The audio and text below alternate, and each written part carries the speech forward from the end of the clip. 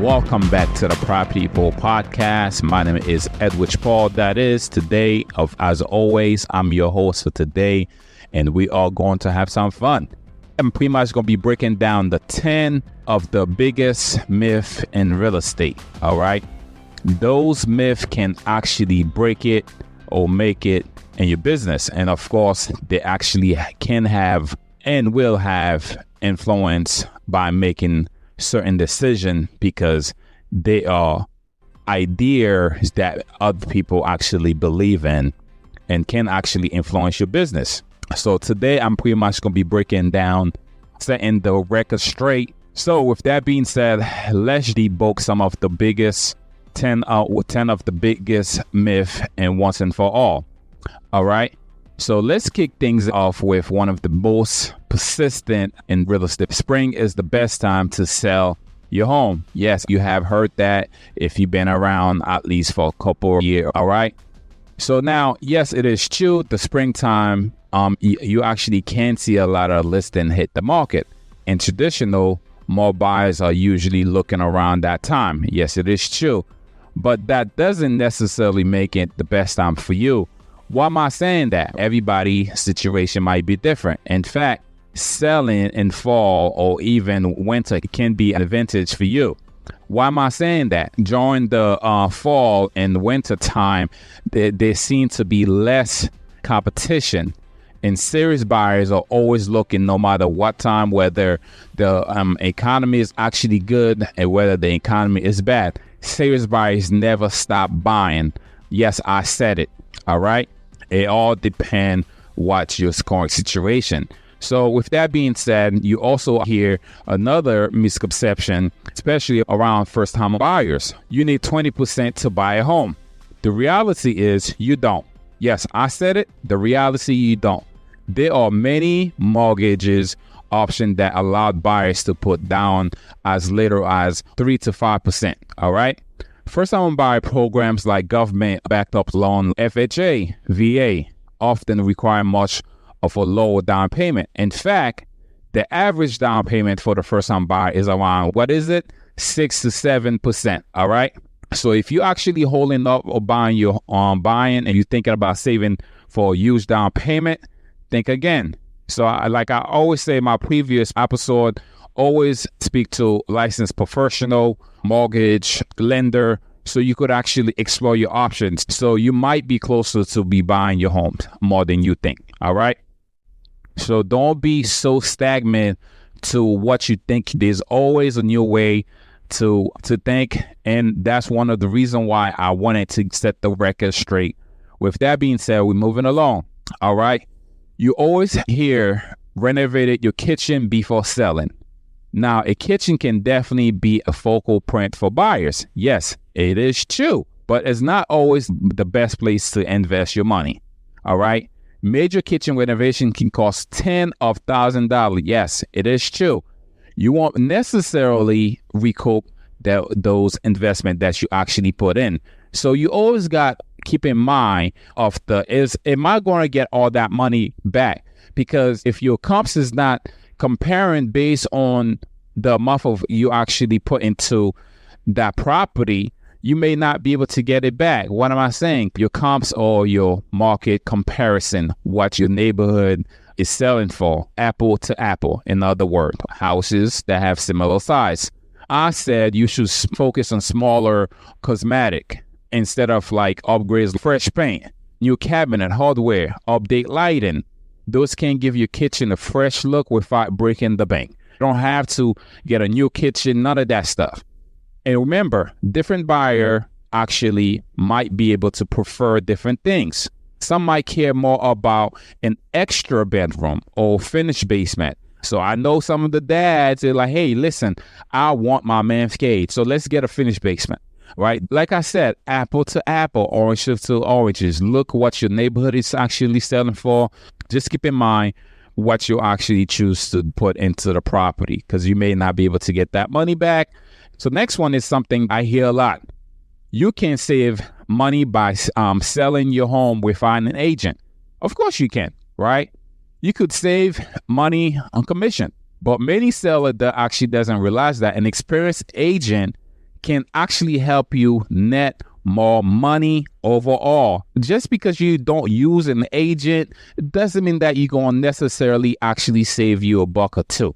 And maybe it might be just a buck or two, and that's it. It's really not going to be much. In fact, you could make more money by listing with a licensed professional, and you could end up selling that property way faster. A good agent know how to price your home correctly. They market to the right buyers, and they negotiate on your behalf. They also can help you avoid a lot of legal issues that you might face. And of course, they can definitely navigate to the closing process. That will remove all your stress that you might end up facing. Remember, you got your job, you got family. You may not even know what type of paperwork you might need. Okay, that's what there's Google for. If that's what you want to do, go ahead. My job is to let you know you don't necessarily save money. Cases by case might be different, might be varies, right? Here's another myth for buyers. You should always offer the asking price to get the home. While it is true that a competitive market, you might need to offer or at least above the asking price, that's not always the case. Depending on the local market condition, the home might be able to sell higher or lower. You don't necessarily have to give the asking price.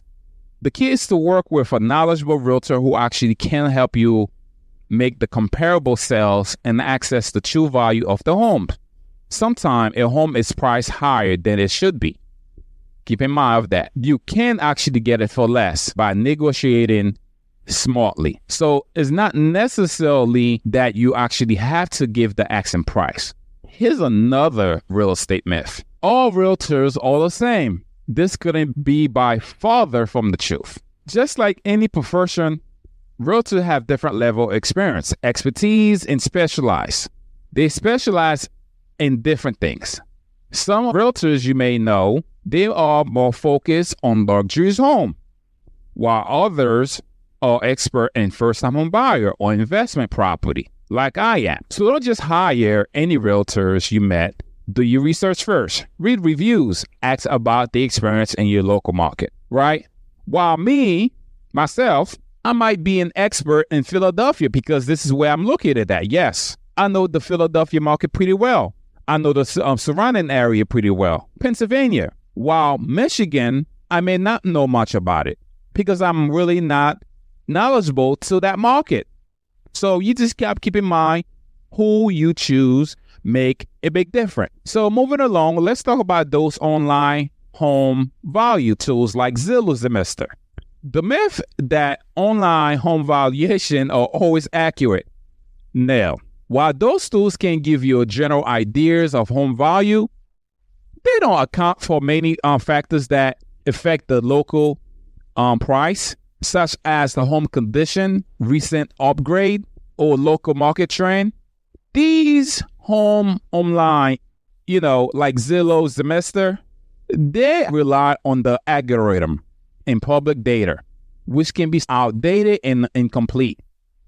My recommendation for an accurate valuation, always consult a local real estate expert who can assess your property in person and compare it to the most recent sold in the area. All these things can make it or break it because these things are myths that most people go for.